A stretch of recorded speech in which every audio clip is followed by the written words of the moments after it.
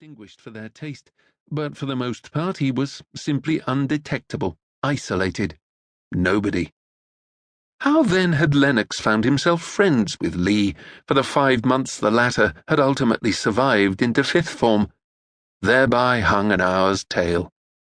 As Lenox sat huddled upon the bench of his carriage all these years later, wind slicing remorselessly through its smallest points of contact with the outdoors, like sad memories late at night, and Rackham up on the box guiding the horses toward the Collingwood, he brought Leigh into his mind. Trouble. They approached the hotel swiftly, the horses moving well over the untrammeled snow. 2 men in greatcoats stood outside of the Collingwood's brightly twinkling glass doors. Both stepped forward to the carriage as it pulled to a stop. Lenox, after he had climbed down the 2 weak steps, called up, "Give me 5 minutes, Rackham. Don't stable them if you can help it. I'll send someone out if I mean to stay longer." The driver touched his cap. "Aye, sir."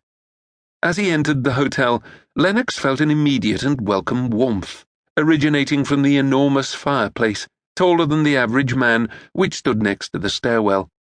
Everything was clean and comfortable at the Collingwood, shined wood and shined brass, a fine series of portraits of racehorses along one wall.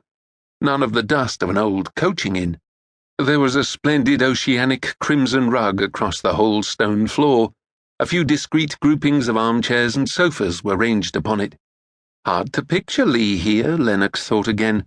He had never been overly solicitous of his own personal comforts, nor had he been rich.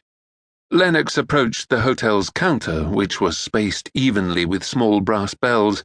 There was no occasion to use them, however, since a nattily dressed young man, one hand resting on an open ledger, had been observing him since he entered. "Good evening, sir," he said as Lenox approached. "May I help you?" "I hope so. My friend Gerald Leigh is staying here. I wondered if you might ring up to him for me." Looking as if he wished for no more from life than that he might, the clerk shook his head, rueful. "Mr. Leigh is out, sir." Lenox frowned, wondering if they had crossed each other's paths, and Leigh was at Hampden Lane after all. "Did he leave just now?" "This morning, sir.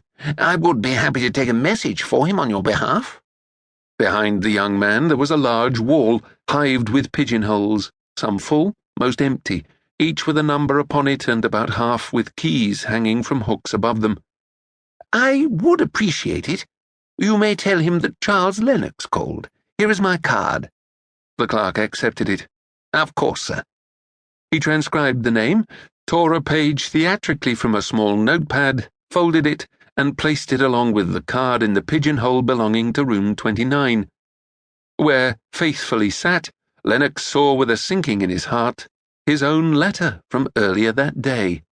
He could have recognized the dark blue trim of his envelopes from 100 paces.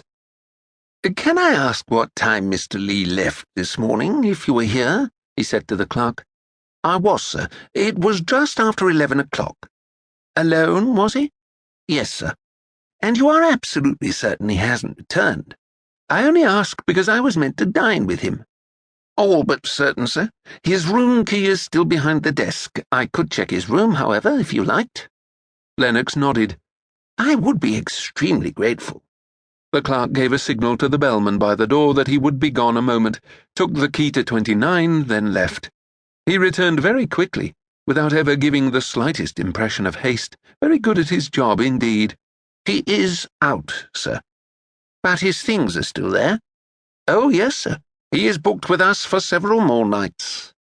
Lenox thanked his stars that this clerk's professionalism didn't make him close-mouthed, but then he didn't know he was speaking to a detective, and Lenox was a gentleman and had given his name.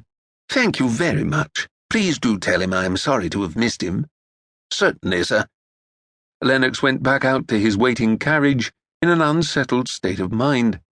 As Rackham led them slowly away from the hotel, Lenox thought that he wished he knew more of Leigh's habits, his circle of acquaintance. He was briefly distracted from these contemplations as the carriage turned onto Hampden Lane by an unfortunate list in its posture. Lenox tapped hard on the roof of his small chamber to wake Rackham up, the driver being an unrepentant dipsomaniac who had concealed within his cloak and breeches at all times, like a